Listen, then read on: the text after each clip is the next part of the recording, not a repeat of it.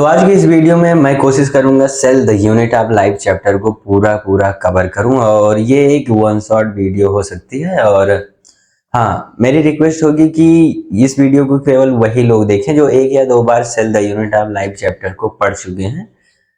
नहीं तो आपके कुछ भी पल्ले पड़ने वाला नहीं है। और अगर आप पहली बार अगर आपने पढ़ा ही नहीं है इस चैप्टर को तो वीडियो ना देखें, क्योंकि कोई मतलब नहीं है फिर देखने का।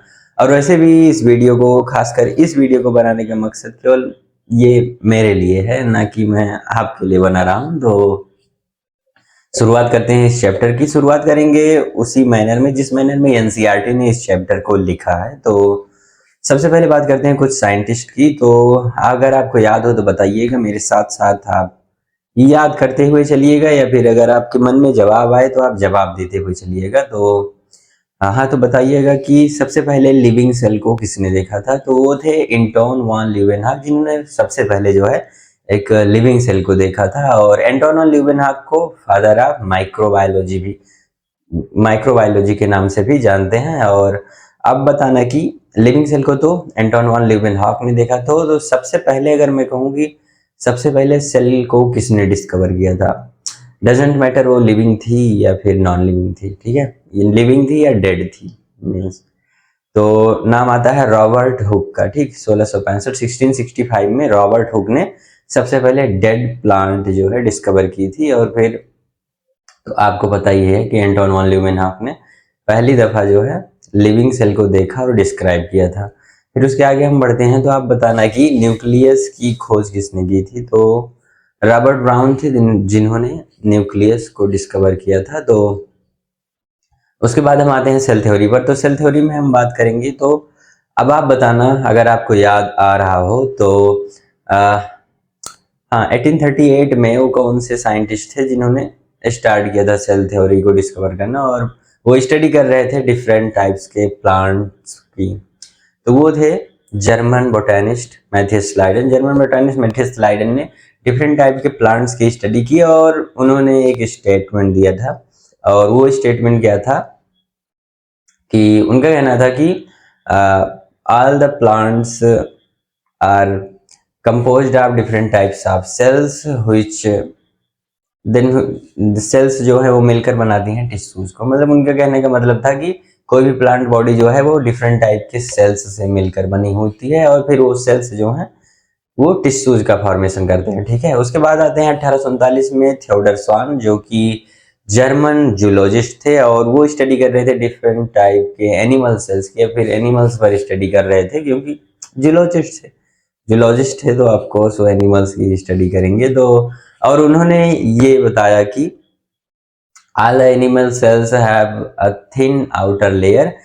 जितने भी एनिमल सेल्स हैं उन पर जो है सेल के बाहरी तरफ आउटर लेयर, एक थिन आउटर लेयर है, लेकिन उन्होंने उसका कोई नाम नहीं बताया। और आज हम उस थिन आउटर लेयर को प्लाज्मा मेम्ब्रेन या फिर सेल मेम्ब्रेन के नाम से जानते हैं। हाँ, एक और स्टेटमेंट मैं बोल रहा हूँ, आप बताना कि ये स्टेटमेंट मैथियस स्लाइडन का है या फिर थियोडर स्वान का है। तो स्टेटमेंट ये है कि presence of cell wall is a unique character of all plant cells. तो इसका सही जवाब है कि ये स्टेटमेंट जो है वो थियोडर स्वान का है, जो कि जर्मन जूलॉजिस्ट है, ठीक है। तो इन्होंने क्या किया कि प्लांट स्टडी के बाद इन्होंने एनिमल सेल्स, एनिमल टिश्यूज की भी स्टडी की, और सॉरी, एनिमल की तो स्टडी की ही थी, एनिमल्स की करने के बाद इन्होंने प्लांट सेल्स की भी स्टडी की, और फिर ये स्टेटमेंट दिया कि presence of cell wall is a unique character of all plant cells, ठीक है। इसके बाद हम आगे बढ़ते हैं। तो अब आप बताना कि इन दोनों ने मिलकर सेल थ्योरी दी, मैथियस स्लाइडन और थियोडर स्वान ने। स्लाइडन और स्वान ने मिलकर सेल थ्योरी दी, जिसमें उन्होंने बताया कि जितने भी लिविंग ऑर्गेनिज्म हैं वो कंपोज्ड ऑफ सेल्स हैं, मतलब सेल के बने हुए हैं। All living organisms are composed of cells and product of cells, ये उनकी सेल थ्योरी थी। लेकिन उनकी आप बताना अगर आपको याद हो तो उनकी सेल थ्योरी फेल कहाँ कर रही थी। तो उनकी जो सेल थ्योरी थी वो फेल कर रही थी ये बताने में कि हाउ न्यू सेल्स फॉर्म्ड, ठीक है। जब उनसे पूछा गया कि नई सेल्स बनती कैसे हैं, चलिए आपने ठीक है ये बता दिया कि जितने भी लिविंग ऑर्गेनिज्म है वो सेल के प्रोडक्ट हैं और सेल के बने होते हैं। तो लेकिन नई सेल्स बनती कैसे हैं ये कौन बताएगा। तो ये बताने के लिए आते हैं 1855 में 1855 में रुडोल्फ वर्सो, और उनका एक उन्हीं के शब्दों में एक फेमस स्टेटमेंट है, तो अगर आपको याद हो तो बताना। और वो आते ही उन्होंने कहा कि ओमनी सेलुला ई सेलुला new cells arise from pre existing cells, मतलब कि जो नई सेल्स बनती हैं वो कहीं और से नहीं, पुरानी सेल्स से ही अराइज होती हैं, उन्हीं से बनती हैं, ठीक है। तो यहाँ से सेल थ्योरी होती है खत्म, और आगे हम बढ़ते हैं। तो अब प्रोकैरियोट और यूकैरियोट्स के सेल्स के बीच डिफरेंस की बात कर लेंगे, जैसे कि एनसीईआरटी बात करती है। तो सॉरी, प्रोकैरियोट्स और यूकैरियोट सेल्स से पहले हम प्लांट सेल्स और एनिमल सेल्स के बीच में कुछ थोड़ा सा डिफरेंस है जो वो देखना चाहेंगे। तो हाँ, बताना कि मेन जो डिफरेंस है प्लांट सेल और एनिमल सेल में वो किसका है? प्रेजेंस ऑफ सेल वॉल का, ठीक है, क्योंकि एनिमल्स में सेल वॉल आउटर लेयर जो है वो थिन मेम्ब्रेन है, जिसे प्लाज्मा मेम्ब्रेन के नाम से जानते हैं, और प्लांट्स में जो है आउटर लेयर वो है एक सेल वॉल है जो कि टफ है। ओके, और ये बताना आपकी फिर उसके बाद हम आगे बढ़ते हैं। तो हम बात करते हैं प्रोकैरियोट और यूकैरियोट सेल्स में क्या डिफरेंस है। तो प्रोकैरियोट और यूकैरियोट सेल्स में जो मेन डिफरेंस है, किस चीज का डिफरेंस है, वो है कि जो प्रोकैरियोटिक सेल्स हैं उनमें मेम्ब्रेन बाउंड ऑर्गेनेल्स नहीं पाए जाते हैं, और वहीं यूकैरियोटिक सेल्स में मेम्ब्रेन बाउंड ऑर्गेनेल्स पाए जाते हैं, ठीक है। तो इसमें हम और आगे बढ़े उसके पहले एनसीईआरटी बात करती है कि सेल के डिफरेंट शेप और साइज। देखो जो सेल है वो वेरी करती है शेप और साइज में, मतलब किस बेसिस पर ये वेरी करती है शेप और साइज में, क्योंकि सेल जो है ये अपने फंक्शन के अनुसार वेरी कर, मतलब किस तरह का फंक्शन ये परफॉर्म कर रही है उसके आधार पर भी ये जो है अपना साइज और शेप में वेरिएशंस देखने को मिलेंगे, ठीक है। तो अब आप बताना मुझे कि सॉरी हाँ, तो अब आप ये बताना मुझे कि सबसे स्मॉलेस्ट लिविंग सेल का साइज क्या है, और वो कौन सी सेल है जो सबसे स्मॉलेस्ट है और लिविंग है, ठीक है। तो वो है माइकोप्लाज्मा, या फिर जिसे पीपीएलओ के नाम से भी जानते हैं। माइकोप्लाज्मा की साइज है 0.3 माइक्रोमीटर, ठीक है। और इसकी खास बात क्या है कि आपको पता होगा कि इसमें सेल वॉल नहीं प्रेजेंस नहीं होते, क्योंकि देखो प्रोकैरियोट्स में क्या होता है, प्रोकैरियोट्स की जो सेल्स होती हैं उनमें सेल वॉल पाया जाता है, लेकिन माइकोप्लाज्मा एक ऐसा प्रोकैरियोट है जिसमें सेल वॉल नहीं पाया जाता है, और ये बिना ऑक्सीजन के भी रह सकता है, और ये सबसे स्मॉलेस्ट लिविंग सेल है, ठीक है, मतलब सबसे छोटी जीवित कोशिका है। और इसके बाद हम बात करते हैं बैक्टीरिया की। तो बैक्टीरिया का साइज क्या होता है? बैक्टीरिया का साइज 3 से 5 माइक्रोमीटर का होता है, ठीक है। कहाँ माइकोप्लाज्मा 0.3 माइक्रोमीटर का, और बैक्टीरिया जो है 3 से 5 माइक्रोमीटर के होते हैं। और बात करें अगर हम ह्यूमन आरबीसी के डायमीटर की, उसकी साइज की, तो वो 7 माइक्रोमीटर का डायमीटर होता है ह्यूमन आरबीसी का, ठीक। अगर मैं बात करूं आपसे पूछूं कि आरबीसी और डब्ल्यूबीसी में इन दोनों का शेप क्या है, ठीक है। तो आरबीसी जो है रेड ब्लड सेल्स जो हैं उनका जो शेप है वो बाइकॉनकेव है, राउंड है और बाइकॉनकेव है, ठीक है। और मैं बात करूं अगर डब्ल्यूबीसी की, तो उसका शेप कैसा है, तो आपका जवाब होना चाहिए वो अमीबॉइड शेप की है, ठीक है। और जो लॉन्गेस्ट सेल है हमारी बॉडी में प्रेजेंट है, और वैसे भी जो लॉन्गेस्ट एंड ब्रांच्ड सेल का नाम बताइए, तो आपके मन में आना चाहिए नर्व सेल्स जो हैं वो लॉन्गेस्ट और ब्रांच्ड सेल हैं। और जो ट्रैकीड होती है प्लांट्स में, उसका जो शेप है, जो एनसीईआरटी में फिगर दिया है ना, मैं उसकी बातें कर रहा हूँ अभी, ठीक है। और जो मैं बात कर रहा था ट्रैकीड्स की, ठीक, ट्रैकीड्स हैं जो कि पाई जाती हैं प्लांट्स में, उसका जो शेप है वो इलांगेटेड है, ठीक है। मेजोफिल सेल्स राउंड और ओवल हैं। बाकी बात करेंगे कॉलमनर सेल्स की, तो कॉलमनर तो सुनने में ही लग रहा है लंबी होंगी, तो कैसे होती है? कॉलमनर सेल्स जो हैं लॉन्ग होती हैं ना। चलो बाद में देखता हूँ।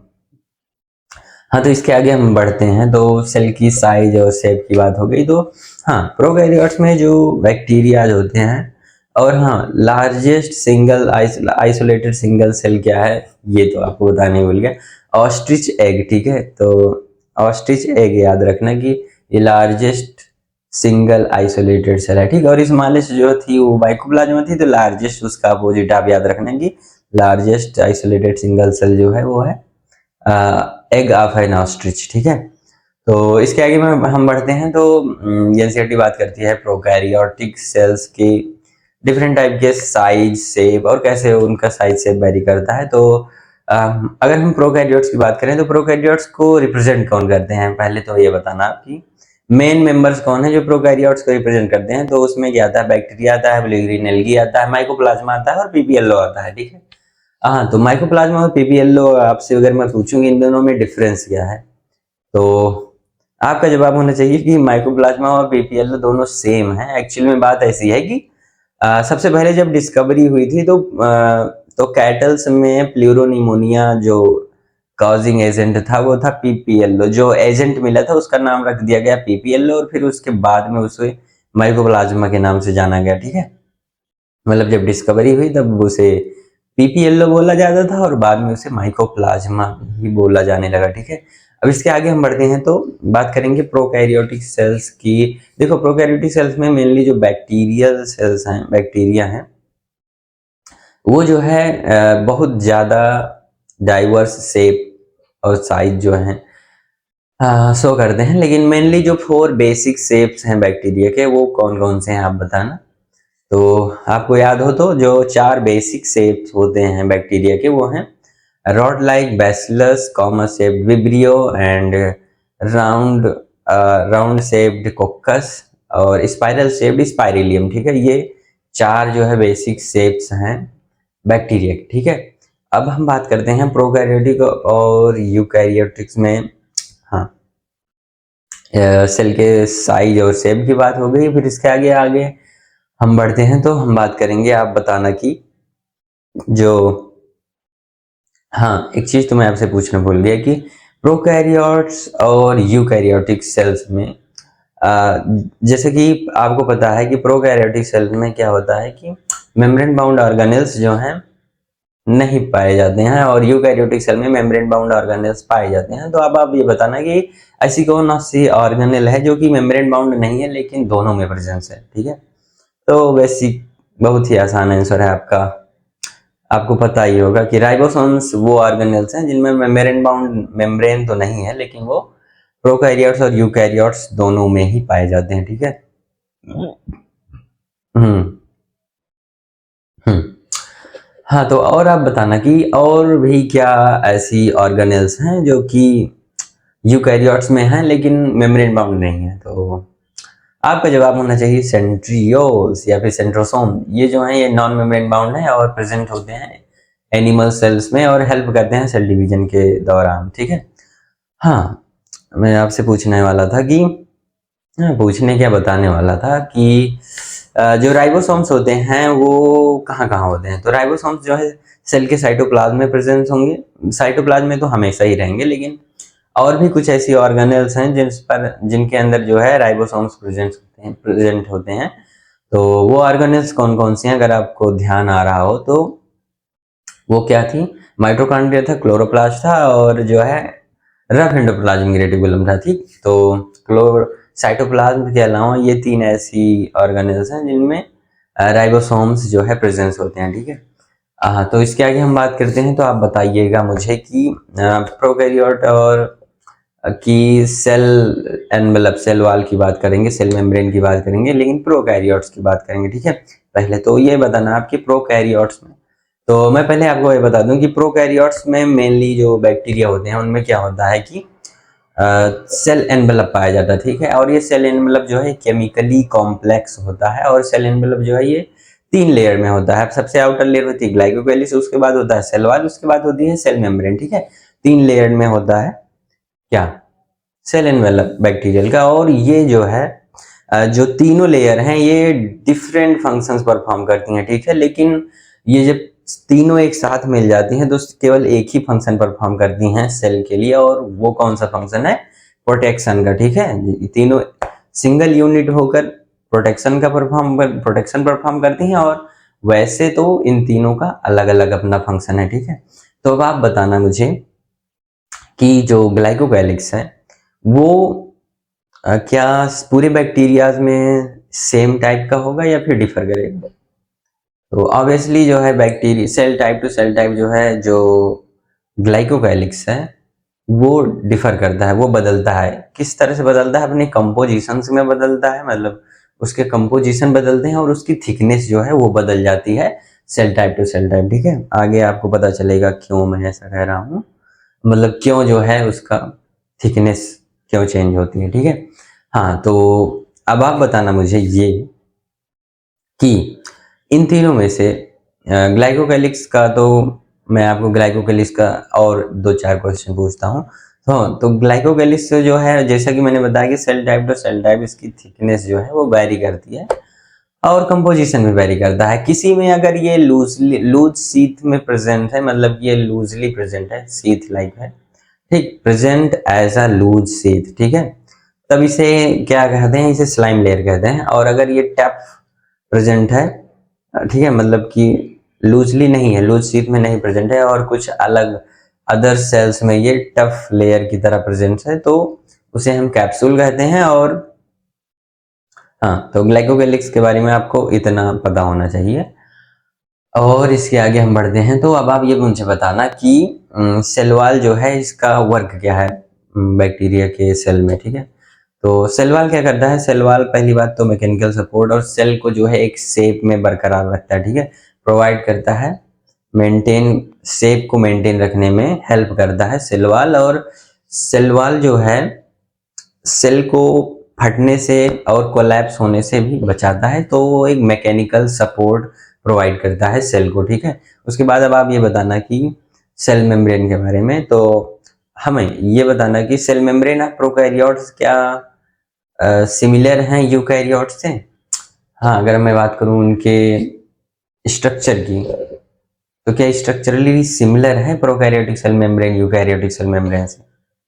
तो आपका जवाब होना चाहिए बिल्कुल हाँ, क्योंकि जो जनरल स्ट्रक्चर है सेल मेम्ब्रेन का वो प्रोकैरियोट्स और यूकैरियोट्स का दोनों ही सेम होता है। दोनों में ही बाइलेयर्ड लिपिड लिपिड की बाइलेयर होती है और प्रोटीन्स की बनी होती है, मतलब प्रोटीन्स उसमें होते हैं, एम्बेडेड होते हैं। ठीक है, तो लिपिड और प्रोटीन की ही बाइलेयर जो प्रेजेंट, सॉरी, लिपिड की ही बाइलेयर प्रोकैरियोटिक सेल्स में भी प्रेजेंट होती है और यूकैरियोटिक सेल्स में भी प्रेजेंट होती है। ठीक है, हाँ तो अब आप मुझे ये बताना कि ग्लाइकोकैलिक सेल वॉल और सेल मेम्ब्रेन, इन तीनों में से आउटर वर्ल्ड से कनेक्शन कौन बनाए रखता है? ठीक है, तो आपका जवाब होना चाहिए सेल मेम्ब्रेन जो है वो आउटर वर्ल्ड से कनेक्शन बनाए रखती है। हाँ, तो अब हम आगे बात करते हैं यूकैरियोटिक की, तो हो गया ये सब। हाँ, कुछ और चीजें हैं जो आपको ध्यान में होनी चाहिए, ध्यान में रखनी चाहिए, हाँ, जब आप प्रोकैरियोटिक सेल एनवेलप को पढ़ रहे हैं। तो अब आप मुझे ये बताना कि देखो, प्रोकैरियोटिक सेल्स मोटाइल भी हो सकते हैं, नॉन मोटाइल भी हो सकते हैं। ठीक है, मतलब ये मूव कर सकते हैं और मूव नहीं भी कर सकते हैं। तो अब आप ये बताना, जब ये मूव कर रहे होंगे तब इनमें क्या होगा, क्या प्रेजेंट होगा? तो आपको वो याद रखना चाहिए, कुछ सरफेस स्ट्रक्चर्स होते हैं जो प्रोकैरियोटिक सेल्स पे प्रेजेंट होते हैं, बैक्टीरियल सेल्स पे प्रेजेंट होते हैं कुछ में। तो वो सरफेस स्ट्रक्चर हैं, तीन तरह के सरफेस स्ट्रक्चर्स का जिक्र है एनसीईआरटी में। पहला तो फ्लैजेला आपको याद रखना चाहिए, सीलिया याद रखना चाहिए और पिलाई याद रखना चाहिए और फिम्बरी याद रखना चाहिए एक और है। हाँ, तो अब आप ये बताना मुझे कि देखो, सीलिया भी और फ्लैजेला ये दोनों ही मूवमेंट में काम आएंगे, ये दोनों ही मोटिलिटी को हेल्प करेंगे। और जो सीलिया है वो ओर्स की तरह काम करता है। ओर्स क्या होता है? जो चप्पू होता नहीं नाव चलाने में, जैसे कभी आप गए हों घाट पर, तो जो नदी में, तालाब में, जहां भी जब नाव नाव चलाते हैं, तो जो बोटमैन होता है जिसके हाथ में एक लकड़ी का डंडा होता है जिसके सहारे से वो नाव चलाता है, उसे ओर कहते हैं। और वही उसी तरह का काम करती है क्या? सीलिया। तो सीलिया जो है सरफेस स्ट्रक्चर है जो चारों तरफ प्रेजेंट होगा, जैसे कि पैरामीशियम में होता है। तो वो दो काम कर सकती है, या तो पूरी सेल को ही मूव कराने में मदद करेगी, या तो फिर सेल के चारों तरफ जो एनवायरनमेंट है, वाटर है, सैप है, उसे वो मूव करेगी। ठीक है, उसे वो मूव कराएगी। हाँ, तो ये हो गया सीलिया के बारे में। और दूसरी बात, अगर मैं आपसे पूछूं कि जो प्रोकैरियोटिक फ्लैजेला है, तो फ्लैजेला जो है पूरे सेल को ही मोटाइल बनाता है, पूरे सेल को ही मूव कराता है। तो अब आप ये बताना कि प्रोकैरियोटिक जो फ्लैजेला है वो कितने, मतलब उसके कितने पार्ट्स होते हैं? ठीक है, तो जो प्रोकैरियोटिक फ्लैजेला है वो उसमें होता है बेसल बॉडी, हुक और फिलामेंट, ठीक है। ये 3 पार्ट्स में वो डिवाइड होता है, ठीक। तो अब आप ये बताना कि जो प्रोकैरियोटिक फ्लैजेला है ये एराइज कहाँ से होता है, ठीक। क्योंकि ये सरफेस स्ट्रक्चर है तो सेल के ही सरफेस से ही निकला हुआ आपको दिखेगा, लेकिन इसकी अगर मैं पूछूं जड़ कहाँ पर लगी होती है, ग्लाइकोकैलिक्स में, सेल वॉल में, या फिर प्लाज्मा मेम्ब्रेन में, या फिर सेल मेम्ब्रेन जिसे हम कहते हैं। तो आपको ध्यान रखना चाहिए सेल वॉल से एराइज होता है फ्लैजेला जो है, ठीक है। और फिलामेंट, हुक और बेसल बॉडी में जो फिलामेंट होता है ये लॉन्गेस्ट पोर्शन होता है पूरे फ्लैजेला का। और फिर इसके बाद हम आगे बढ़ते हैं, तो खैर ये तो मोटिलिटी की बात हुई प्रोकैरियोटिक बैक्टीरिया की। तो अब इसके आगे हम बढ़ेंगे तो हम बात करेंगे, किसकी बात करेंगे, हम यूकैरियोटिक सेल मेम्ब्रेन की बात करेंगे। या फिर हाँ, एक चीज थोड़ा मिस हो रही है। अब आप ये बताना मुझे, जब हम प्रोकैरियोट्स की बात कर ही रहे हैं तो प्रोकैरियोट्स में अभी कुछ चीजें हैं जो आपको बहुत ही ज्यादा इंपॉर्टेंट है, याद रखनी ही चाहिए हर किसी को। इनमें इनका एक यूनिक कैरेक्टर होता है, इनमें यूनिक चीज पाई जाती है। वो क्या है? वो है इंक्लूजन बॉडी, ठीक। Inclusion bodies are something unique character that provided to prokaryotic bacteria, prokaryotes, sorry। तो प्रोकैरियोट्स में उनकी एक यूनिक कैरेक्टरिस्टिक है कि उनमें जो है क्या प्रेजेंस है, इंक्लूजन बॉडीज प्रेजेंट है, ठीक है। इंक्लूजन बॉडीज क्या होती हैं? इंक्लूजन बॉडीज हैं दरअसल ये एक तरह की स्टोरेज स्ट्रक्चर है। तो जो रिजर्व मटेरियल होता है प्रोकैरियोटिक सेल में वो स्टोर हो जाता है in the form of inclusion bodies. और ये non membrane bound organelles non membrane bound ही होते हैं। और इसके एग्जाम्पल हैं, ये साइटोप्लाज्म में ऐसे ही पड़ी रहती है, ठीक है, बिना किसी मेम्ब्रेन के। और इसके एग्जाम्पल हैं फॉस्फेट ग्रैन्यूल्स, साइनोफाइसिन ग्रैन्यूल्स और ग्लाइकोजन ग्रैन्यूल्स, ठीक है। और हाँ, एक चीज और याद रखना आप कि गैस वैक्यूल्स जो होती हैं वो किस किस में प्रेजेंट होती हैं। तो ब्लू ग्रीन फोटोसिंथेटिक बैक्टीरिया में, blue green purple and green photosynthetic bacteria में ही गैस वैक्यूल्स प्रेजेंट होती हैं, ठीक है। ये आपको ध्यान रखना, ये तीनों, ठीक है। गैस वैक्यूल्स पर क्वेश्चन जरूर आते हैं, ज्यादा आते हैं। और हाँ, आप ये बताना, इंक्लूजन बॉडीज की बात हो गई, लेकिन एक और सरफेस एक्सटेंशन का स्ट्रक्चर है जो कि खासकर प्रोकैरियोट्स में पाया जाता है, और वो है एक्सटेंशन ऑफ प्लाज्मा मेम्ब्रेन। उसका नाम क्या है? नाम अगर आप याद कर पा रहे हैं तो बताएं।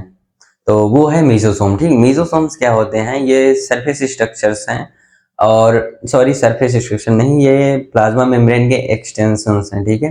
तो प्लाज्मा मेम्ब्रेन क्या होता है कि साइटोप्लाज्म के अंदर इनसाइड द सेल जो है वो एक्सटेंड हो जाती है। किस किस फॉर्म में एक्सटेंड होती है अगर आपको ध्यान हो तो? वो एक्सटेंड होती है, सॉरी फॉर दिस साउंड। तो प्लाज्मा मेम्ब्रेन जो है वो इन the form of lamellae, tubules और वेसिकल्स के फॉर्म में जो है एक्सटेंड कर जाती है इनसाइड द साइटोप्लाज्म, और इसे ही मीसोसोम कहा जाता है। और इन मीसोसोम्स हेल्प किस किस चीज में करते हैं, मतलब इनका फंक्शन क्या है अगर आप ध्यान हो आपको तो जो मीसोसोम्स होते हैं ये जो है हेल्प करते हैं इन respiration, secretion, DNA replication and its distribution to daughter cells, ठीक है। डीएनए का रेप्लिकेशन भी कराएंगे और मदद करेंगे कि अच्छे से डिस्ट्रीब्यूट भी हो जाए डॉटर सेल्स में। तो ये सारे फंक्शंस हैं। और हाँ, एक फंक्शन और है कि ये जो है इंक्रीज करते हैं surface area plasma membrane, so that enzymatic content जो है वो बढ़ जाए, ठीक है, डाइजेशन हो जाए अच्छे से। तो सरफेस एरिया को भी इंक्रीज कर देते हैं, क्योंकि जब ये ऐसे ऐसे जो है जस्ट लाइक क्रिस्टीन माइटोकॉन्ड्रिया में जैसे क्रिस्टा होता है, वैसे ये भी कैसे मेसोसोम्स समझ सकते हैं आप ऐसे, ठीक है। और फिर इसके आगे हम बढ़ते हैं, तो ठीक है, अगर आपको इतना ही ध्यान था, इतना याद था, तो आप बहुत अच्छा जो है कर रहे हैं। अगर आप अभी तक जो है अगर आपको हर चीजें याद आ गई हो तो ठीक है। तो अब हम यूकैरियोटिक सेल की तरफ बढ़ते हैं, और यूकैरियोटिक सेल्स में पहले बढ़ते ही हम बात करेंगे सेल मेम्ब्रेन की। तो हाँ, एक चीज और मुझसे छूट रहा है प्रोकैरियोटिक सेल में, अगर आपको ध्यान हो तो आप ये बताना कि प्रोकैरियोटिक सेल्स में जो है हमें पता है कि मेम्ब्रेन बाउंड ऑर्गेनेल्स कुछ भी नहीं पाई जाती, तो उसका जो न्यूक्लियस होता है वो वेल डिफाइंड न्यूक्लियस भी नहीं होगा, क्योंकि जब न्यूक्लियर मेम्ब्रेन ही नहीं है तो भाई पूरे साइटोप्लाज्म में सब मिक्स होता, तो कुछ भी वेल डिफाइंड नहीं होता है। और आप ये बताना कि हालांकि डीएनए तो प्रेजेंट होगा ही ना, डीएनए प्रेजेंट होता है, तो प्रोकैरियोट्स के पास एक खास चीज ऐसी होती है कि उनमें जीनोमिक डीएनए के अलावा भी एक डीएनए प्रेजेंट होता है। उसका नाम क्या होता है? अगर आपको ध्यान हो तो वो होता है प्लाज्मिड। ठीक है, प्लाज्मिड नाम से जाना जाता है और ये सिंगल सर्कुलर डीएनए होता है। अब आप ये मुझे बताना कि जो प्लाज्मिड्स होते हैं वो कैसे हेल्प करते हैं, मतलब क्या काम होता है, क्या क्या ऐसा दे देते हैं प्रोकैरियोटिक सेल्स को जो यूनिक है उनके लिए। तो प्लाज्मिड्स क्या होते हैं? वो प्रोवाइड करते हैं unique phenotypic characters to prokaryotic cells. Example just like वो जो है प्रोवाइड करते हैं उन्हें एंटीबायोटिक रेसिस्टेंस टूवर्ड्स एंटीबायोटिक। ठीक है, तो उन्हें बिल्कुल ही रेसिस्टिव बना देते हैं, एंटीबायोटिक्स का कोई फर्क नहीं पड़ता उन पर। और हाँ, प्लाज्मिड का एक और काम है कि इनकी हम हेल्प लेते हैं टू मॉनिटर द सेल, क्या कहते हैं, सेल ट्रांसफॉर्मेशन। ठीक है, to monitor the transformations of bacteria plasmids. हाँ, ये आप पढ़ेंगे प्लाज्मिड्स के बारे में कि ट्रांसफॉर्मेशन में जो है इसका यूज किया जाता है मॉनिटर करने के लिए। एज ए वेक्टर भी यूज करते हैं प्लाज्मिड को ना, जैसे कि अब आप इसे इस टॉपिक के बारे में ज़्यादा पढ़ पाएंगे आप किसमें, बायोटेक में, हाँ क्लास 12 की बायोटेक में। और आगे हम बढ़ते हैं तो अब ज़्यादातर जो है सभी पॉइंट्स क्लियर हैं प्रोकैरियोट्स से रिगार्डिंग। अब हम बात करेंगे, एंटर करेंगे यूकैरियोट्स की में। तो यूकैरियोट्स में बढ़ते ही हमें सबसे पहले देखने को मिलती है सेल मेम्ब्रेन। तो सेल मेम्ब्रेन की डिस्कवरी चालू हुई, कैसे चालू हो पाई? जब माइक्रोस्कोप एडवेंट हुआ, और वो हुआ था 1950 के बाद से ही, जब माइक्रोस्कोप का एडवेंशन हो पाया, तब उसके बाद ही सेल मेम्ब्रेन की स्टडी जो है सक्सेसफुली हो पाई। तो हाँ, तो केमिकल स्टडी हो रही थी सेल मेम्ब्रेन की। तो अब आप ये बताना कि ह्यूमन सेल की वो कौन सी सेल थी जिसकी स्टडी की, तो जिसका जिक्र एनसीईआरटी में है, तो वो है ह्यूमन आरबीसी जिसकी स्टडी की गई। और जब केमिकल स्टडी की गई तो पाया गया क्या कि जो हमारे सेल मेम्ब्रेन है वो कैसी है, लिपिड बाइलेयर के फॉर्म में प्रेजेंट है। और मेनली जो सेल मेम्ब्रेन का जो कंटेंट है वो क्या क्या है, लिपिड है प्लस प्रोटीन है। और लिपिड में भी कौन सा लिपिड है, फॉस्फोलिपिड है। ठीक है, और जब डीप स्टडी हुई क्या मतलब, हाँ बायोकेमिकल स्टडी हुई और ज़्यादा जब इसकी, तब पाया गया कि इसमें लिपिड और प्रोटीन के अलावा कोलेस्ट्रॉल भी है। और ज़्यादा स्टडी हुई तो पाया गया कि इसमें कार्बोहाइड्रेट भी है, प्रोटीन और कार्बोहाइड्रेट्स भी हैं। ठीक है, तो और जो लिपिड है वो कैसे प्रेजेंट है, बाई लेयर के फॉर्म में प्रेजेंट है। और लिपिड का जो पोलर हेड है, फॉस्फोलिपिड का जो पोलर हेड है वो ऊपर की तरफ है, और जो नॉन पोलर सैचुरेटेड हाइड्रोकार्बन्स की जो उनकी टेल है ऐसे, वो जो है इनसाइड है। ठीक है, दोनों साइड उनका हेड है और बीच में जो है टेल है। और वो टेल जो है वो नॉन पोलर है, और साइटोप्लाज्म में सारा कुछ पोलर है, तो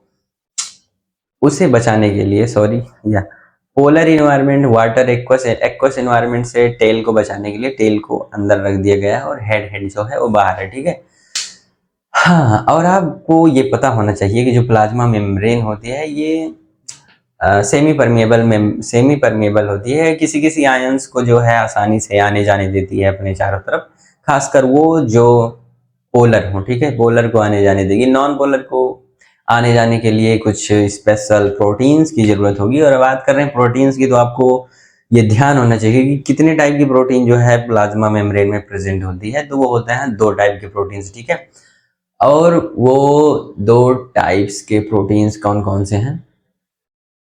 इंटीग्रल प्रोटीन है, पेरिफेरल प्रोटीन है। दोनों में डिफरेंस क्या है, और किस बेसिस पर 2 तरह के प्रोटीन्स जो हैं इंट्रोड्यूस हुए? On the basis of ease of extraction. ठीक है, मतलब किसी नहीं आसानी से प्रोटीन्स को निकाला जा सकता है, इस बेसिस पर जो है प्रोटीन्स 2 तरह के हैं, पेरिफेरल प्रोटीन्स और इंटीग्रल प्रोटीन्स। ठीक है, पेरिफेरल प्रोटीन्स जो है सरफेस पर प्रेजेंट होंगे, और इंटीग्रल प्रोटीन्स में भी पार्शियली और totally buried inside the plasma membrane, या तो वो पार्शियली बरी होंगे तो टोटली जो है उसके अंदर होंगे। ठीक है, और फिर इसके आगे हम बढ़ते हैं तो कुत्ते भौंक रहे हैं बाहर कभी, खैर कोई बात नहीं।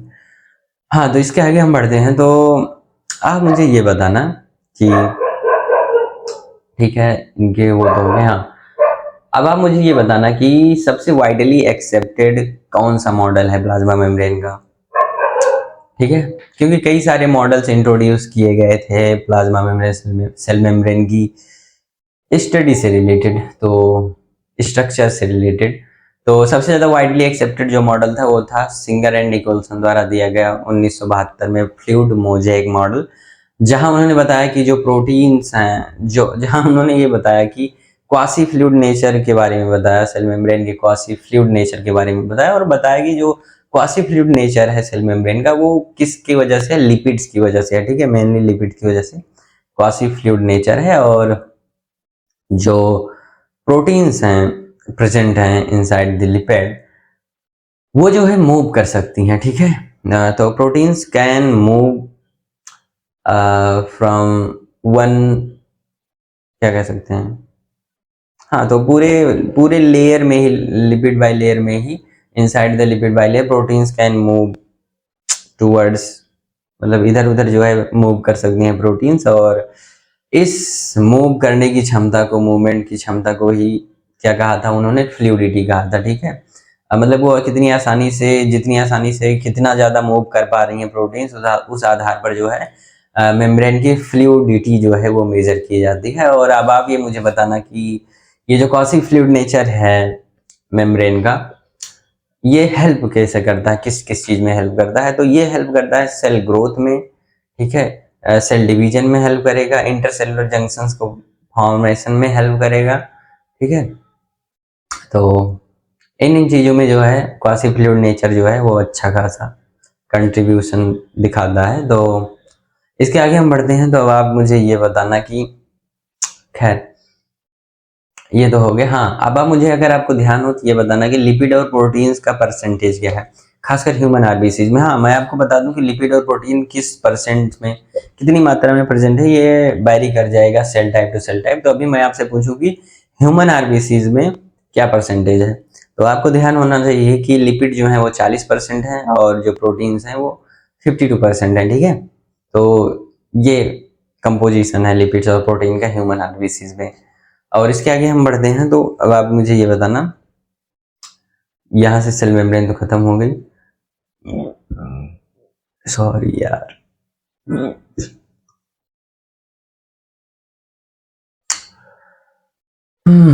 तो इसके आगे हम बढ़ते हैं, तो अब हम बात करने वाले होंगे एंडोमेम्ब्रेन सिस्टम की। ठीक है, क्योंकि सेल मेम्ब्रेन के बाद जो कुछ बचता है वो क्या है, एंडोमेम्ब्रेन सिस्टम ही तो है। राइबोसोम्स के बारे में हमने बात कर ली, इंक्लूजन बॉडीज के बारे में बात कर ली, यूकैरियोटिक सेल में सेल मेम्ब्रेन के बारे में बात कर ली ना, सेल एनवेलप और इसके मॉडिफिकेशन के बारे में बात कर ली। अब जो है, जो हमारा अगला टॉपिक है वो है एंडोमेम्ब्रेन सिस्टम। ठीक है, तो एंडोमेम्ब्रेन सिस्टम में हम आगे बढ़ें, तो पहले, उसके पहले मैं बताऊं कि बहुत सारे जितने भी ऑर्गेनेल्स प्रेजेंट हैं, हालांकि अधिकतर तो सभी डिफरेंट फंक्शंस परफॉर्म करते हैं, लेकिन कुछ ऐसे ऑर्गेनेल्स हैं, मेम्ब्रेन बाउंड ऑर्गेनेल्स हैं, जो जिनके फंक्शंस जो हैं कोऑर्डिनेटेड हैं। ठीक है, तो जिनके फंक्शंस कोऑर्डिनेटेड हैं, इसलिए जिन जिनके फंक्शंस आपस में कोऑर्डिनेटेड हैं उन्हीं को हमने एंडोमेम्ब्रेन सिस्टम में रखा है। जैसे कि जिनके एग्जाम्पल हैं, अगर आप बता सके तो बताइएगा। जिनके एग्जाम्पल्स हैं endoplasmic reticulum, Golgi body, lysosome and vesicles. ठीक है, वैसे तो मेम्ब्रेन बाउंड ऑर्गेनेल्स माइटोकॉन्ड्रिया, पैराक्सीसोम और क्लोरोप्लास्ट भी है, लेकिन इन्हें नहीं रखा गया एंडोमेम्ब्रेन सिस्टम में क्योंकि इनके फंक्शंस जो हैं कोऑर्डिनेटेड नहीं हैं। ठीक है, ध्यान रखना ये बात। हाँ, तो अब हम बात करते हैं एंडोप्लाज्मिक रेटिकुलम की। तो एंडोप्लाज्मिक रेटिकुलम जो है दो तरह का हो सकता है, स्मूथ एंडोप्लाज्मिक रेटिकुलम या फिर रफ एंडोप्लाज्मिक रेटिकुलम। और हाँ, जब रेटिकुलम कह रहा हूँ तो आपको ध्यान में रखना चाहिए कि बहुत सारे ट्यूबुलर स्ट्रक्चर का एक नेटवर्क है पूरा एंडोप्लाज्मिक रेटिकुलम। ठीक है, ऐसे ऐसे तो बहुत सारे ट्यूबुलर स्ट्रक्चर का क्या है, नेटवर्क है। ठीक है, तो एंडोप्लाज्मिक रेटिकुलम, रेटिकुलम का मतलब इस वाला नेटवर्क होता है। तो इनमें क्या होता है, ये क्या होते हैं, ये क्लोजली एसोसिएटेड होते हैं किससे, न्यूक्लियस से। ठीक है, न्यूक्लियस की जो आउटर मेम्ब्रेन होगी उससे ये जुड़े होंगे रफ एंडोप्लाज्मिक रेटिकुलम खासकर। और हाँ, बात करूँ अगर रफ एंडोप्लाज्मिक रेटिकुलम और स्मूथ एंडोप्लाज्मिक रेटिकुलम में डिफरेंस क्या है, तो जो रफ एंडोप्लाज्मिक रेटिकुलम है उसके ऊपर क्या होंगे, राइबोसोम्स पाए जाएंगे, और ये अधिकतर ऐसी सेल्स में पाई जाएंगी जो कि सेल्स एक्टिवली इन्वॉल्व होगी ज़्यादा प्रोटीन सिंथेसिस में, तो वहाँ रफ एंडोप्लाज्मिक रेटिकुलम देखने को ज़्यादा मिलेंगे। और स्मूथ एंडोप्लाज्म, क्योंकि रफ एंडोप्लाज्मिक रेटिकुलम किसका फॉर्मेशन करती है, प्रोटीन्स का, ठीक है, ये ध्यान में रखना। और स्मूथ एंडोप्लाज्मिक रेटिकुलम जो है वो लिपिड्स बनाती है, और मेनली जो है लिपिड लाइक स्टेरॉइडल हार्मोन्स जो हैं वो बनते हैं स्मूथ एंडोप्लाज्मिक रेटिकुलम में ही। उसके आगे हम लोग बढ़ते हैं, तो अब हम बात करेंगे एंडोमेम्ब्रेन सिस्टम में ही। एंडोप्लाज्मिक रेटिकुलम के बाद गोल्जी बॉडी है, तो गोल्जी बॉडी को कैमिलो गोल्जी ने 1898 में डेंसली स्टैंड स्ट्रक्चर है, मतलब स्टैंड करने के बाद ही देखा गया था, इजीली विजिबल नहीं होती, और उनके मरने के बाद जो है इसे गोल्जी, मतलब उन्हीं के नाम से जो है इसे बोला जाने लगा कि गोल्जी बॉडी है। और गोल्जी बॉडी कैसे होती है कि ये भी, इनका भी पूरा नेटवर्क होता है, रेटिकुलर स्ट्रक्चर ही है। और हाँ, इनमें सिस्टर्नी पाए जाते हैं जो कि फ्लैट होते हैं, और कई सारे जो है कई सारे सिस्टर्नी जो है पाए जाते हैं, और जो सिस्टर्नी का डायमीटर होता है वो शायद 0.1 माइक्रोमीटर, आई थिंक 0.1 से 5 माइक्रोमीटर के बीच होता है, ये मुझे कंफर्म नहीं है, वैसे आप एक बार देख लीजिएगा एंड में, या फिर मैं देखकर बोल दूंगा, ठीक है। तो इसे अभी के लिए छोड़ते हैं।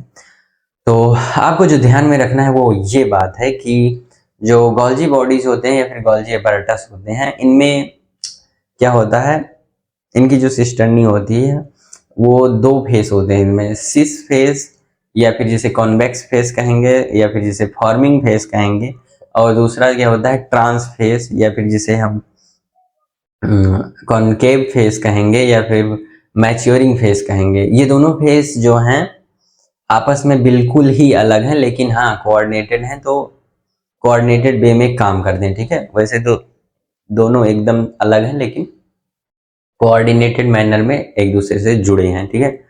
तो हाँ, ये बताना आपकी। और हाँ, इसका एक वर्क होता है कि गोल्जी अपैरेटस का काम क्या है, मेन फंक्शन क्या है गोल्जी अपैरेटस का, अगर मैं आपसे पूछूं तो।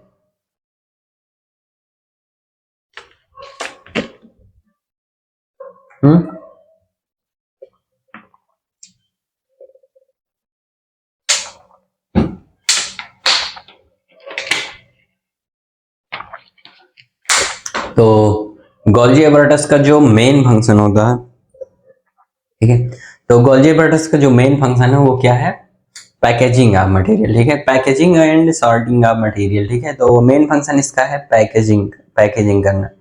और किस चीज के पैकेजिंग करते हैं, ये एंडोप्लाज्मिक रेटिकुलम से निकलने वाले प्रोटीन को मॉडिफाई करती है, सॉर्ट करती है और पैकेज कर देती है in the form of vesicles.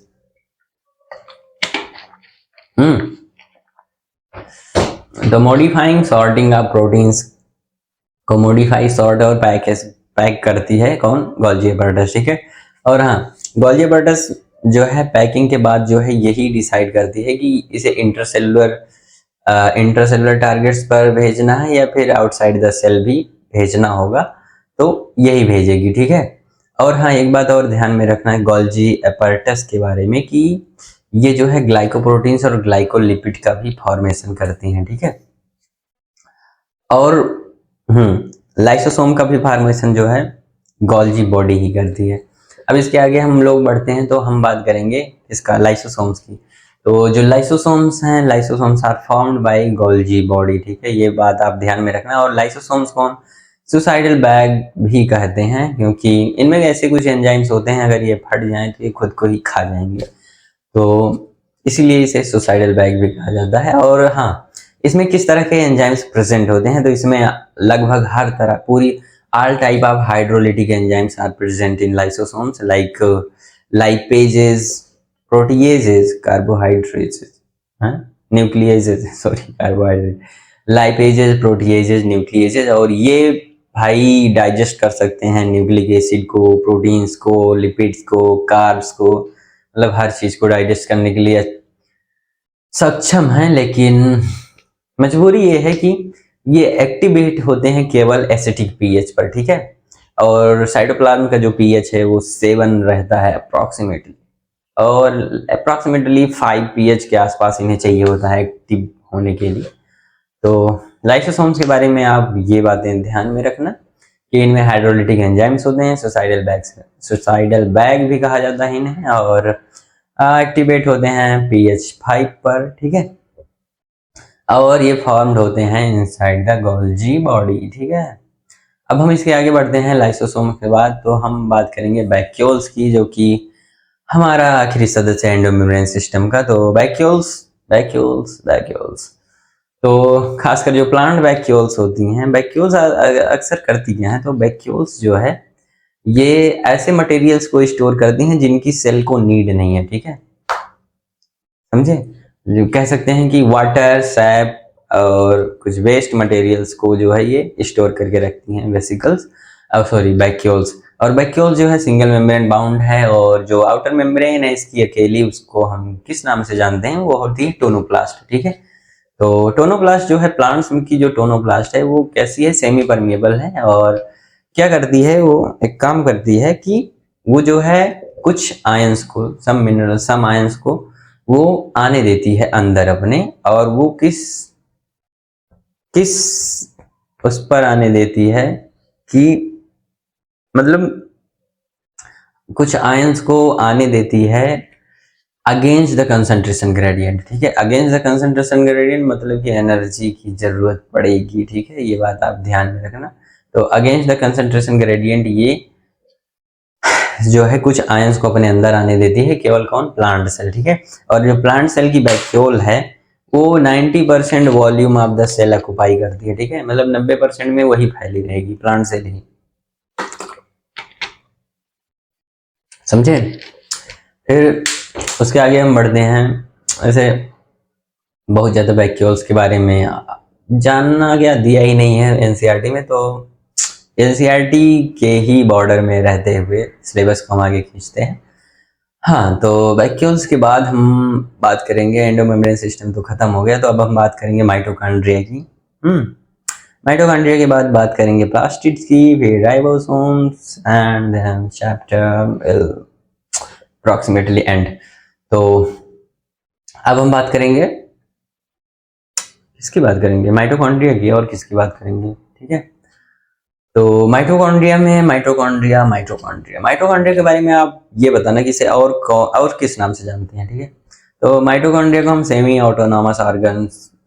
Autonomous organelle भी कहते हैं, और ऐसा क्यों कहते हैं अभी आपको आगे पता चल जाएगा। वैसे माइटोकॉन्ड्रिया डबल लेयर्ड है, उसकी जो आउटर लेयर है वो कंटिन्यू है पूरा, मतलब हाँ कंटिन्यूसली पूरा प्रेजेंट है, लेकिन जो इनर लेयर है वो जो है क्या है, वो डिवाइड हो जाती है क्रिस्टी के फॉर्म में, मतलब समझ रहे हैं ना। इनर लेयर जो है वो फॉर्म करती है Crysta inside the cytoplasm, and thus the both layer divide the cytoplasm into two parts, हाँ, दो भागों में, क्योंकि एक तो जो होगा वो इंटरमेम्ब्रेन स्पेस हो जाएगा, मतलब दोनों मेम्ब्रेन के बीच में, और फिर जो क्रिस्टी के अंदर होगा तो वो तो होमोजीनियस साइटोप्लाज्म है ही, होमोजीनियस मिक्सचर कहते हैं उसे शायद।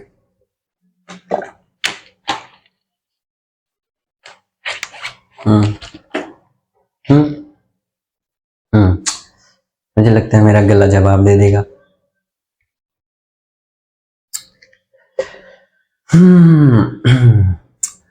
तो माइटोकॉन्ड्रिया के बारे में मैंने कहा कि उसे सेमी ऑटोनॉमस ऑर्गेनेल भी कहते हैं, और ये डबल मेम्ब्रेन बाउंड स्ट्रक्चर है। अगर मैं इसकी लेंथ की बात करूं तो माइटोकॉन्ड्रिया की लेंथ कितनी है, मेरे ख्याल से तो एनसीईआरटी में जो दिया गया है वो 1 से 4 सेंटीमीटर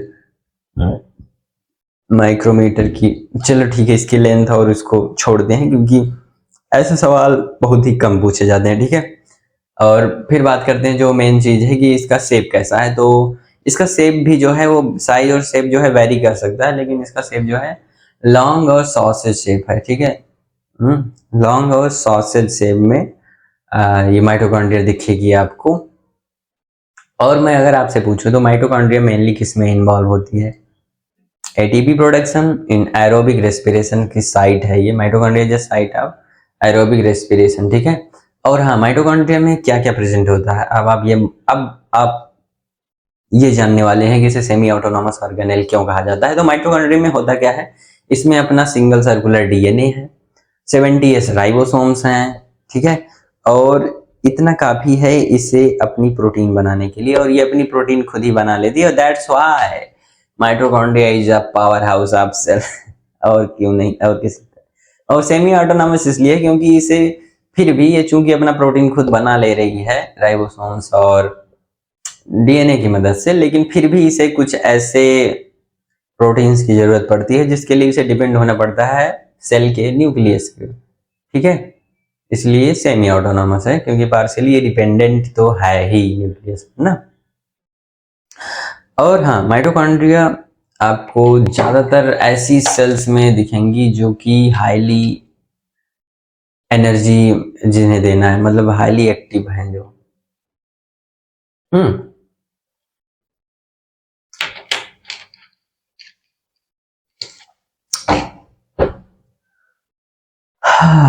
और क्या है माइटोकॉन्ड्रिया के बारे में?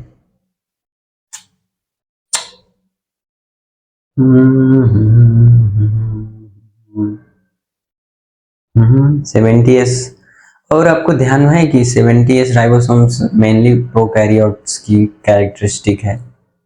और आगे बढ़ते हैं तो अब हम बात करेंगे क्लोरोप्लास्ट की, ठीक है। तो क्लोरोप्लास्ट में अब आप मुझे ये बताना कि क्या क्लोरोप्लास्ट थोड़ा बहुत सिमिलर है माइटोकॉन्ड्रिया से?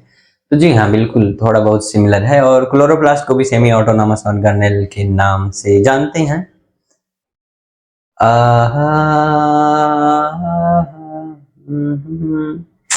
क्लोरोप्लास्ट पर आने से पहले मैं प्लास्टिड्स के बारे में डिस्कस करना चाहूंगा, क्योंकि हम एनसीईआरटी की सीक्वेंस में बात करेंगे, तो अभी मुझे ध्यान आया कि यार क्लोरोप्लास्ट से पहले तो प्लास्टिड है। तो माइटोकॉन्ड्रिया हो गया, माइटोकॉन्ड्रिया के बाद हम बात करेंगे प्लास्टिड्स के बारे में। तो प्लास्टिड्स जो हैं ये प्रेजेंट होते हैं लगभग सारे प्लांट्स में, और हाँ, एक और मेंबर है, वो कौन है जिसमें और प्लास्टिड्स प्रेजेंट होते हैं? तो वो है यूग्लिनोइड्स। तो प्लांट्स और यूग्लिनोइड्स में जो है प्लास्टिड्स प्रेजेंट होते हैं, और प्लास्टिड जो है वो पिगमेंट्स को कैरी करते हैं, स्पेसिफिक टाइप ऑफ पिगमेंट्स को कैरी करेंगे जो स्पेसिफिक टाइप के कलर्स प्रोवाइड करेंगे प्लांट्स में। प्लांट्स में जो कलर्स है वो प्लास्टिड्स की वजह से है। प्लास्टिड्स पर क्या होता है, पिगमेंट्स होते हैं। तो based on the type of pigments they are classified into 3 types, और उन तीनों के नाम बताइए आप।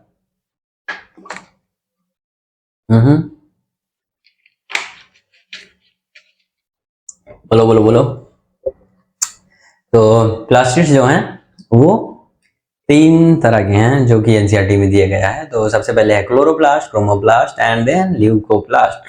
सो क्लोरोप्लास्ट में क्या होगा? क्लोरोप्लास्ट में क्लोरोफिल होगा और कैरोटीनॉइड्स होंगे, और ये हेल्प करते हैं to trap the light energy, ठीक है। सन की जो लाइट एनर्जी है उसे ट्रैप करते हैं, फोटोसिंथेसिस में हेल्प करते हैं, क्योंकि फोटोसिंथेसिस का ये बहुत ही अहम हिस्सा होता है, ठीक है। और फिर बात करते हैं हम क्रोमोप्लास्ट की। तो क्रोमोप्लास्ट में फैट सोल्यूबल कैरोटीनॉइड्स प्रेजेंट होते हैं जो कि कलर प्रोवाइड करते हैं। कैसे कैसे कलर? ऑरेंज हो गया, येलो हो गया, रेड हो गया। तो प्लांट्स में ऐसे कलर्स आपको देखने को मिले तो आप समझ जाइएगा कि इसमें क्रोमोप्लास्ट है, ठीक है। उसके बाद आता है ल्यूकोप्लास्ट, और ल्यूकोप्लास्ट जो है ये कलरलेस है। चूंकि इसे भगवान ने कलर नहीं दिया तो इसे एक दूसरी शक्ति दी है कि ये न्यूट्रिशन को स्टोर करके रख सकता है, ठीक है। तो ये न्यूट्रिएंट स्टोर करता है जो ल्यूकोप्लास्ट है, और based on the type of nutrient they store they are again classified into 3 types. और उन तीनों का नाम बताइए आप।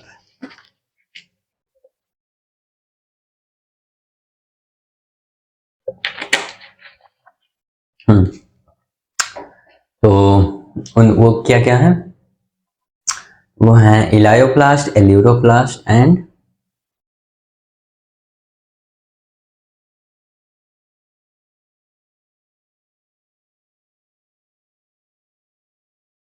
इलायोप्लास्ट, एल्यूरोप्लास्ट एंड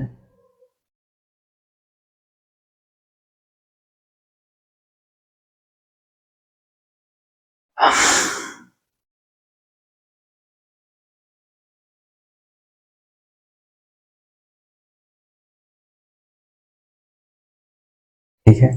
तो हाँ, तो आपको ध्यान में रखना है कि इलायोप्लास्ट जो होते हैं वो किस चीज का स्टोर करते हैं? ऑयल और फैट का स्टोर करते हैं। एल्यूरोप्लास्ट जो होते हैं वो किस चीज का स्टोरेज करते हैं? वो करते हैं प्रोटीन का स्टोरेज। और एक सबसे पहले आता है जो कि स्टार्च को स्टोर करता है, जिसका एग्जाम्पल है पोटैटो, लेकिन उसका नाम क्या है? हम्म, लिखो।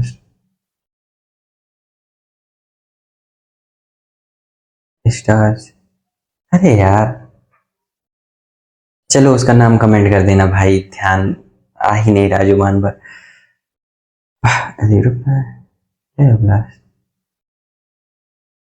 छोड़ो, आगे बढ़ते हैं। तो आगे बढ़ते हैं तो यहाँ से प्लास्टिड हो जाता है खत्म। खत्म मेरी। अब हम बात करने वाले हैं क्लोरोप्लास्ट की। तो क्लोरोप्लास्ट जो है, ये ज्यादातर प्लांट सेल में पाए जाते हैं, और ऐसे प्लांट्स जो हरे भरे होते हैं तो उनमें क्लोरोप्लास्ट ज्यादा पाया जाता है। और मेनली क्लोरोप्लास्ट प्रेजेंट होता है मेसोफिल सेल्स में, और भी लीव्स के मेसोफिल सेल्स में, क्योंकि रूट्स में तो थोड़ी ना पाया जाएगा यार, क्या बातें करते हैं आप भी। और हाँ, क्लोरोप्लास्ट भी वेरी करते हैं cell type to cell type बेबी। Just like in blue chlamydomonas में केवल one chloroplast per cell present होगा, और अगर बात करें ब्लू ग्रीन एल्गा की, तो उसमें क्लोरोप्लास्ट जो है लगभग 20 से 30 या फिर 20 से 40 क्लोरोप्लास्ट भी प्रेजेंट हो सकते हैं पर सेल। ठीक है। और क्लोरोप्लास्ट कैसे सिमिलर है? क्लोरोप्लास्ट जो है माइटोकॉन्ड्रिया से ऐसे सिमिलर है कि ये भी डबल मेम्ब्रेन है, सेमी ऑटोनॉमस है। और सेमी ऑटोनॉमस इसलिए है क्योंकि इसमें भी 70s राइबोसोम्स प्रेजेंट होते हैं। और एक चीज, हाँ, और इसमें सिंगल सर्कुलर नहीं, circular double standard DNA present होता है क्लोरोप्लास्ट में। ठीक है, ये बात ध्यान में रखना।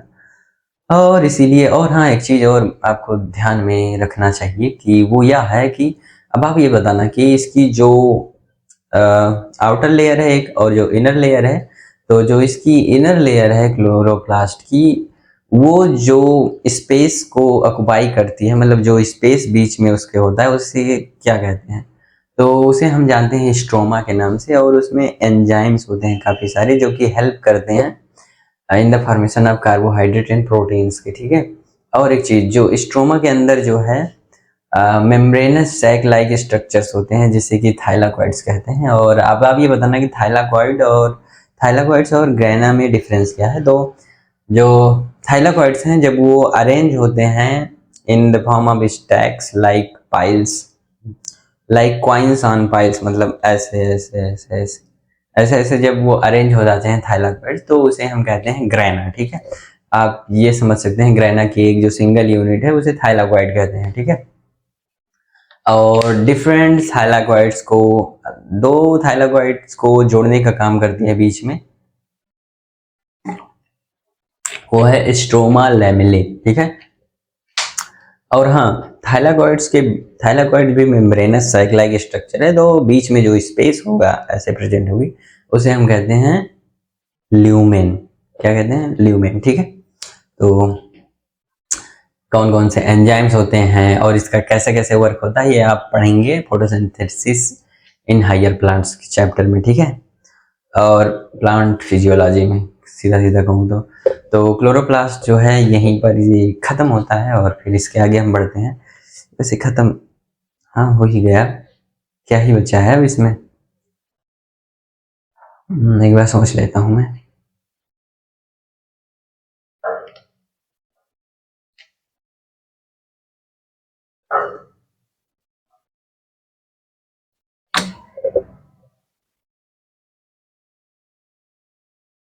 हम्म, खत्म है क्लोरोप्लास्ट। फिर इसके आगे हम बढ़ते हैं। अगर कोई पॉइंट कुछ मिस हुआ होगा तो कमेंट आप कर दीजिएगा, because you are free to do anything that doesn't harm anyone. Plastid chloroplast खत्म हो गया। अब हम बात करेंगे साइटोस्केलेटन की। ठीक है। साइटोस्केलेटन्स, तो साइटोस्केलेटन्स क्या होते हैं? तो साइटोस्केलेटन्स कुछ है नहीं। एक फिलामेंट, प्रोटीनिशियस फिलामेंटस नेटवर्क है। किसका? Microtubules, microfilament intermediate filaments, microtubules and, और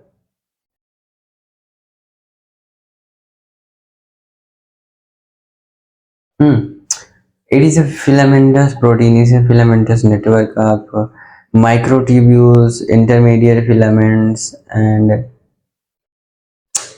एक चीज मिस हो रही है यार।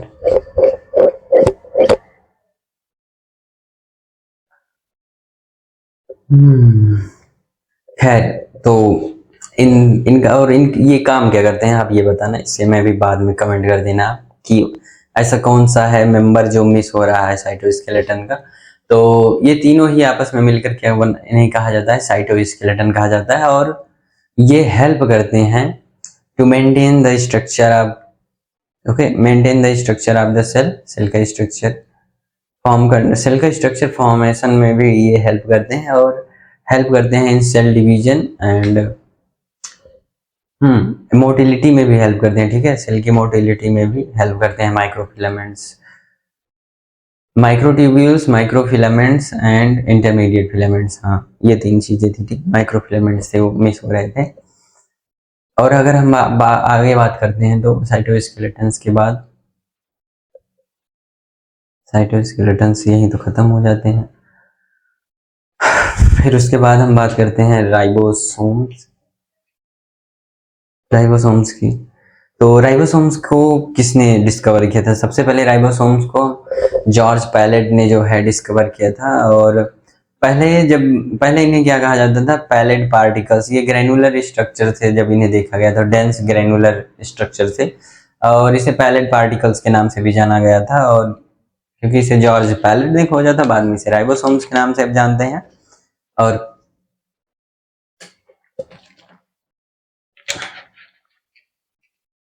ये दो तरह के हो सकते हैं।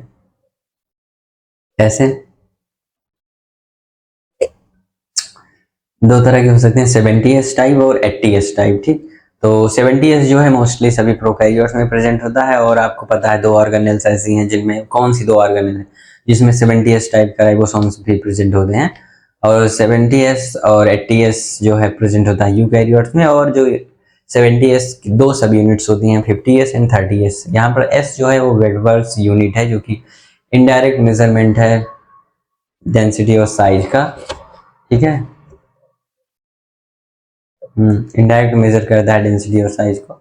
और जो 80s है उसकी दो सब यूनिट्स होती हैं, 60s और 40s। ठीक है, ये आप ध्यान में रखना। और राइबोसोम्स जो हैं, कई सारे राइबोसोम्स जब एक mRNA पर जुड़ जाते हैं तो उसे बनाते हैं पॉलीसोम्स या पॉलीराइबोसोम्स, और जो कि हेल्प करते हैं ट्रांसलेशन ऑफ प्रोटीन का, और mRNA को ट्रांसलेट कर देते हैं प्रोटीन्स में। ठीक है, बहुत सारे राइबोसोम्स मिलकर। हाँ, तो इतना हो गया। अब इसके आगे हम बढ़ते हैं। तो अब ज़्यादा कुछ बचा है नहीं। राइबोसोम्स आपने पढ़ लिया, साइटोस्केलेटन्स पढ़ लिया,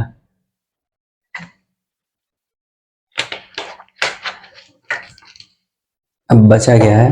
तो साइटोस्केलेटन के बाद अब हम बात करते हैं सीलिया और फ्लैजेला की। तो जो सीलिया और फ्लैजेला है यूकैरियोट्स का, वो प्रोकैरियोट्स से बहुत ज़्यादा डिफरेंट है, मतलब बहुत ही अलग है।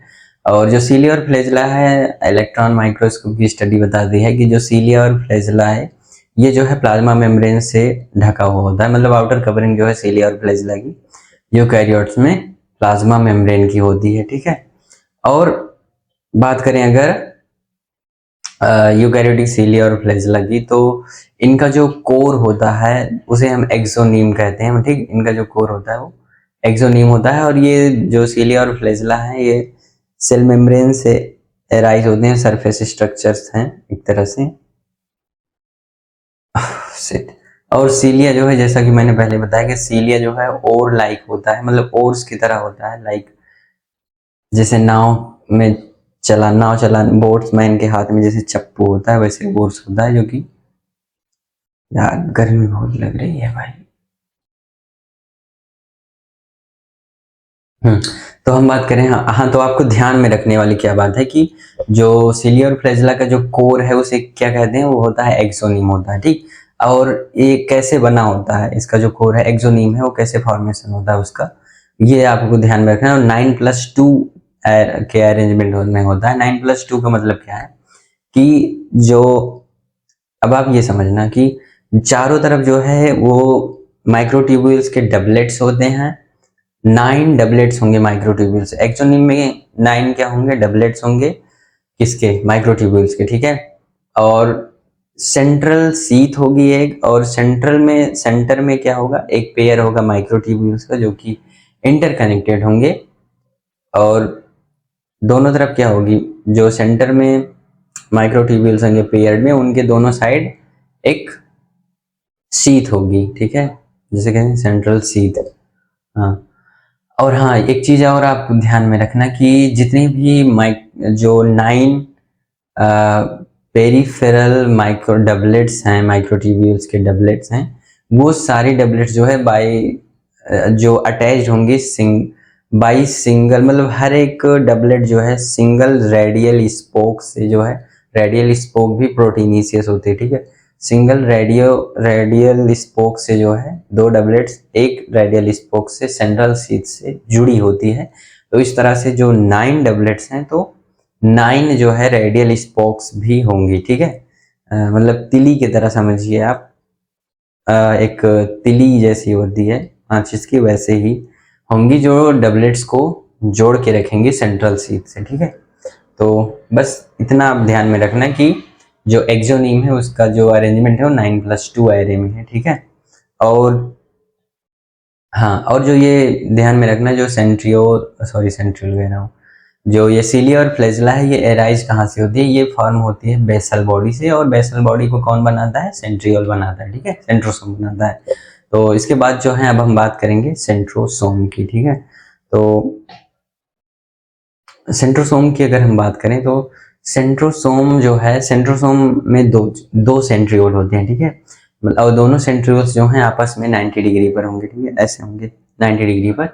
और सेंट्रोसोम के चारों तरफ क्या होता है, पेरीन्यूक्लियर कह रहा हूँ, एक मिक्सचर होता है जिसे हम क्या कहते हैं,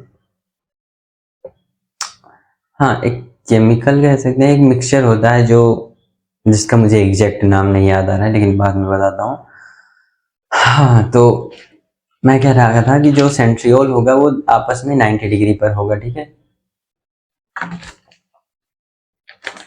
और आपको पता है नॉन मेम्ब्रेन बाउंड स्ट्रक्चर्स होते हैं जो सेंट्रियोल होते हैं। और ईच सेंट्रियोल, वो इसका ऑर्गेनाइजेशन कैसे होता है सेंट्रियोल का, तो आप ध्यान में रखना 9+0 इसके लिए, ठीक है, 9+0 अरेंजमेंट होता है, क्योंकि जो हर एक सेंट्रियोल का ऑर्गेनाइजेशन कुछ ऐसा होगा कि उसमें एक प्रोटीनिशियस हब होगा, और जिसके चारों तरफ पेरिफेरल में क्या होंगे, डबलेट्स नहीं ट्रिपलेट्स होंगे यहाँ पर, ठीक। और कार्ट व्हील लाइक स्ट्रक्चर होता है ये बात ध्यान में रखना।